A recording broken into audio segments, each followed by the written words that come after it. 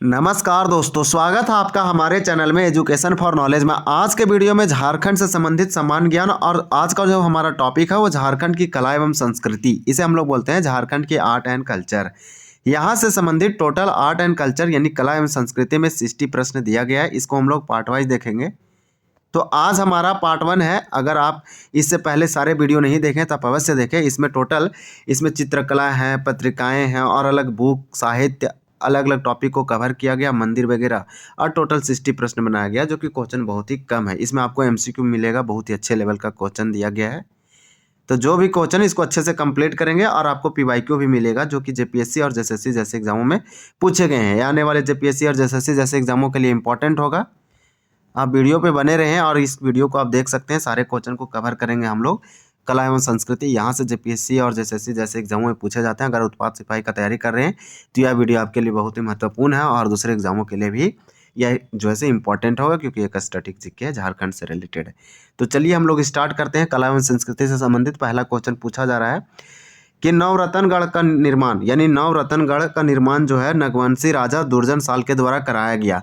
ये कहाँ करवाया गया? तो इसका हो जाएगा द्वैसा में करवाया गया है। बहुत ही इंपॉर्टेंट क्वेश्चन इसलिए है कि राजा दुर्जन साल एक नगवंशी राजा थे और ये नवरत्नगढ़ का निर्माण यही करवाए द्वैसा में। और दुर्जन साल को जो ऐसे कैद में भी रखा गया शाहजहाँ के द्वारा, जहांगीर के द्वारा। तो ये भी आप याद रख सकते हैं, ये इंपॉर्टेंट है। 12 साल 16 साल तक ये कैद में रहे थे ग्वालियर के किला में, क्योंकि हीरा के बहुत ही अच्छे परखी थे। तो ये 1600 आप याद रखेंगे कि 1612 ईस्वी में ये इनको कैद किया गया था और 1627 ईस्वी में छोड़ा गया। तो इस प्रकार से हम लोग समझ पा रहे हैं कि नवरत्नगढ़ का निर्माण जो है से नागवंशी राजा दुर्जन साल के द्वारा करवाया गया द्वैसा में। पलामू किला झारखंड के किस जिला में स्थित है? तो पलामू किला पूछा जा रहा है और झारखंड के कौन से डिस्ट्रिक्ट में है? तो 22 का हमारा राइट आंसर बी हो जाएगा, लातेहार में है। आप कभी कंफ्यूजन नहीं करेंगे कि पलामू किला है तो पलामू जिला में होगा, तो ये आपका गलत हो जाएगा। पलामू किला लातेहार जिला में है। तो इस प्रकार से आप याद रखेंगे, क्योंकि लातेहार अलग हुआ। झारखंड जब बना था, झारखंड 15 नवंबर 2000 ईस्वी को इसका निर्माण हुआ। बिहार से अलग करके 15 नवंबर भगवान बिरसा मुंडा का जन्म होता है। इस बार 2025 में झारखंड का रजत यानी कि 25 वर्ष पूरा हो गया और भगवान बिरसा मुंडा का 125वीं जयंती। उसका जन्म 1875 में हुआ था भगवान बिरसा मुंडा का, आप याद रखेंगे। और इसमें यह याद आपको रखना है कि झारखंड जब निर्माण हुआ था तो उसमें 18 जिले थे, 6 नया जिला बना, उनमें से लातेहार एक नया जिला है। तो इस समय पलामू किला पलामू में ही था, लेकिन जब लातेहार अलग हुआ तो ये किला चला गया लातेहार में। इस प्रकार से ये लातेहार में है, आपको याद रखना है। तो अभी वर्तमान में 24 जिला है, इस प्रकार से याद रखेंगे। सबसे अगर न्यू जिला की बात करें तो रामगढ़ वगैरह है। इस प्रकार से चलिए नेक्स्ट क्वेश्चन देखेंगे। क्वेश्चन नंबर हमारा दिया गया है 3 में कि चक्रधरपुर की राजवाड़ी स्थित है। तो 3 का राइट आंसर हो जाएगा बी, पश्चिम सिंहभूम में है। तेलियागढ़ पश्चिम सिंहभूम के बारे में एक फैक्ट याद रखिए कि पश्चिम सिंहभूम झारखंड की सबसे बड़ी जिला है और सबसे छोटी जिला जो है सो कौन सी है? तो आपको याद रखना है रामगढ़ है। और रांची सबसे अधिक आबादी वाला जिला है, जबकि पूर्वी सिंहभूम जिसे हम टाटा या जमशेदपुर के नाम से जानते हैं यहीं पे लोकेटेड है। तो चलिए देखते हैं कि तेलियागढ़ी किला कहाँ स्थित है। तो तेलियागढ़ी किला कहाँ पे है? तो इसका हमारा 4 का राइट आंसर क्या हो जाएगा? तो 4 का राइट आंसर ये हो जाएगा, ये साहेबगंज जिला में है। तो आपको याद रखना है कि तेलियागढ़ी किला साहेबगंज में, ये संथाल परगना में पड़ता है। फिर आपको ये याद रखना है कि साहेबगंज जिला में ही उद्धव पक्षी विहारण है, जो कि झारखंड का पहला रामसर साइट है या फिर आर्द्रभूमि क्षेत्र घोषित किया गया है, उद्धव झील। इसी प्रकार से जो हमारा ये पूर्वी सिंहभूम है, यहाँ पे दलमा अभ्यारण्य हाथियों के लिए बहुत फेमस है। और आप इसी प्रकार से हजारीबाग में जान सकते हैं, हजारीबाग वन्यजीव अभ्यारण्य है। चलिए नेक्स्ट क्वेश्चन देखते हैं। क्वेश्चन नंबर 5 है कि छिन्नमस्तिका मंदिर कहाँ स्थित है।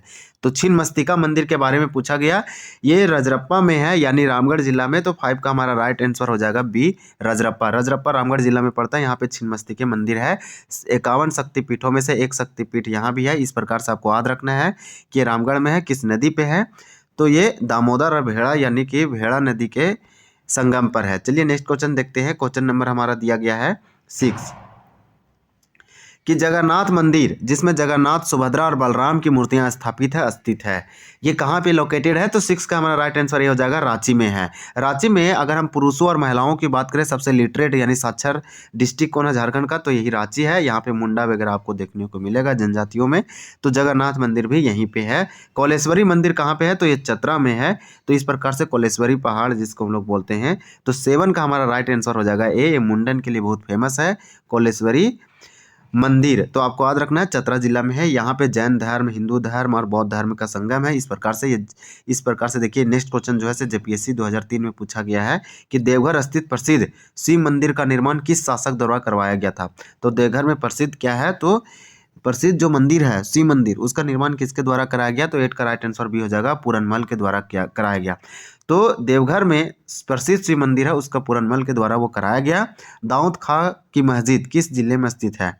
तो दाऊद खां का मस्जिद किस जिले में है? तो हमारा 9 का राइट आंसर हो जाएगा लातेहार में है। यानी दाऊद खां का मंदिर, दाऊद खां का जो मस्जिद है वो लातेहार में है। और यहाँ पूछा जा रहा है कि देवघर में शिव मंदिर का निर्माण किस शासक ने करवाया? तो शिव मंदिर जो बहुत फेमस है वो कहाँ है? देवघर में है। और इसका निर्माण जो है से पूरनमल ने कराया। कौलेश्वरी चतरा में है। जगन्नाथ मंदिर कहाँ पे है? तो जगन्नाथ मंदिर जो है से रांची में है, आपको याद रखना है। चलिए नेक्स्ट देखते हैं। जबकि रामगढ़ में छिन्नमस्तिका रजरप्पा में लोकेटेड है। नेक्स्ट क्वेश्चन देखेंगे। क्वेश्चन नंबर हमारा 10 है। 10 में आपसे पूछा जा रहा है कि JEL चर्च या क्राइस्ट चर्च 1855 में स्थापित कहाँ पे स्थित है? तो आपको इस चर्च का नाम याद रखना है। ये 1855 में इसको स्थापित किया गया। 10 का हमारा राइट आंसर ये हो जाएगा रांची में। इसी प्रकार से चित्रकला से संबंधित दिया गया, ये हमारा झारखंड की कला एवं संस्कृति से संबंधित नेक्स्ट टॉपिक है। और इसमें टोटल 10 प्रश्न दिया गया था पहला परीक्षा में, इंट्रोडक्शन में। चलिए यहाँ पे मंदिर वगैरह से क्वेश्चन हम लोग कंप्लीट किए। अब चित्रकला से संबंधित क्वेश्चन दिया गया है। चित्रकला पहला, जादव पटिया चित्रकारी किस जनजाति में विशेष लोकप्रिय है? मतलब बहुत ही फेमस है। और जादव और पटिया, पटिया मतलब टुकड़ा और जादव मतलब कागज़ वगैरह, तो छोटे छोटे टुकड़ा करके कुछ बनाए जाते हैं। ये बहुत ही चित्रकारी है। आपके पूछा जाएगा, आपसे सिंपल यही पूछा जाएगा कि जादव पटिया क्या है? नृत्य है, चित्रकारी है, तो एक चित्रकारी है। 11 का राइट आंसर ये हो जाएगा। संथाल जनजाति में बहुत फेमस है। स्त्री पुरुष संबंध से संबंधित चित्रकारी कौन सा है? तो स्त्री पुरुष संबंध से संबंधित चित्रकारी कौन है? तो 12 का राइट आंसर भी हो जाएगा कोहबर है।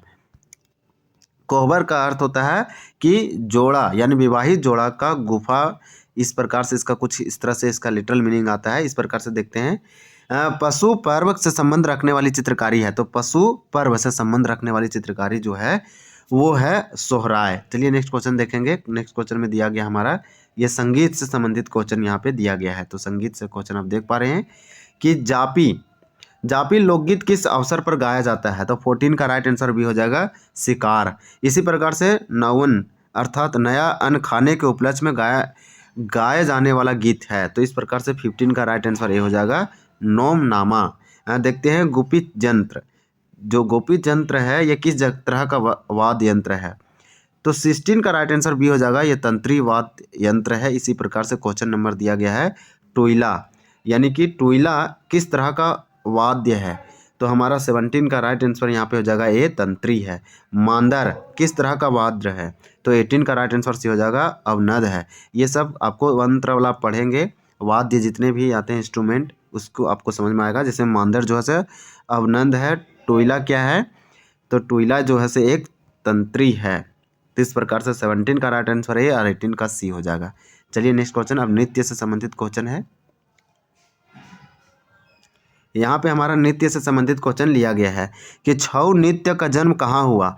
तो 19 का राइट आंसर हमारा हो जाएगा ए सरायकेला में छऊ नृत्य का जन्म हुआ है। छऊ नृत्य बहुत ही फेमस है और ये सरायकेला में इसका जन्म हुआ। छऊ नृत्य को किस रियासत के शासकों ने संरक्षण दिया?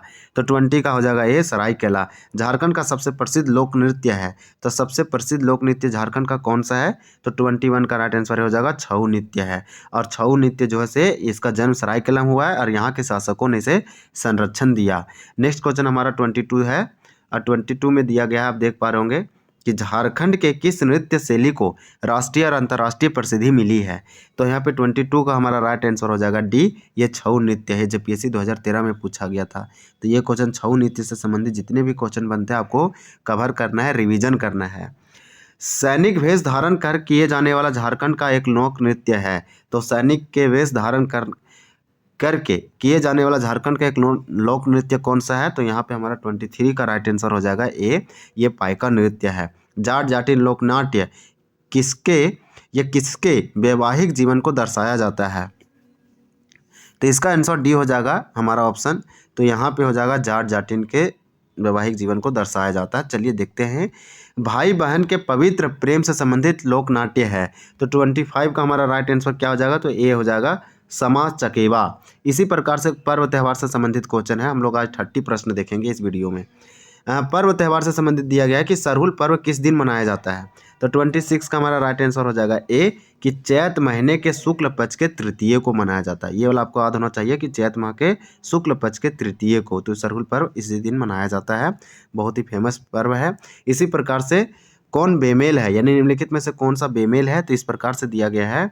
यहाँ पे हमारा 27 का राइट आंसर क्या हो जाएगा? तो 27 का राइट आंसर डी हो जाएगा छऊ जो है, खद्दी, सरहुल, बापरब, ये सब का सब त्यौहार है। और छऊ क्या है? एक नृत्य है। तो आपको समझ में आ रहा होगा कि इसलिए यहाँ सबसे अलग यही हो गया, क्योंकि 3 जो है से सब त्यौहार है, सरहुल, बापरब और खद्दी, लेकिन छऊ नृत्य है। देखिए मंडा पर्व का संबंध किस देवता से है? तो 28 का हमारा राइट आंसर हो जाएगा क्या?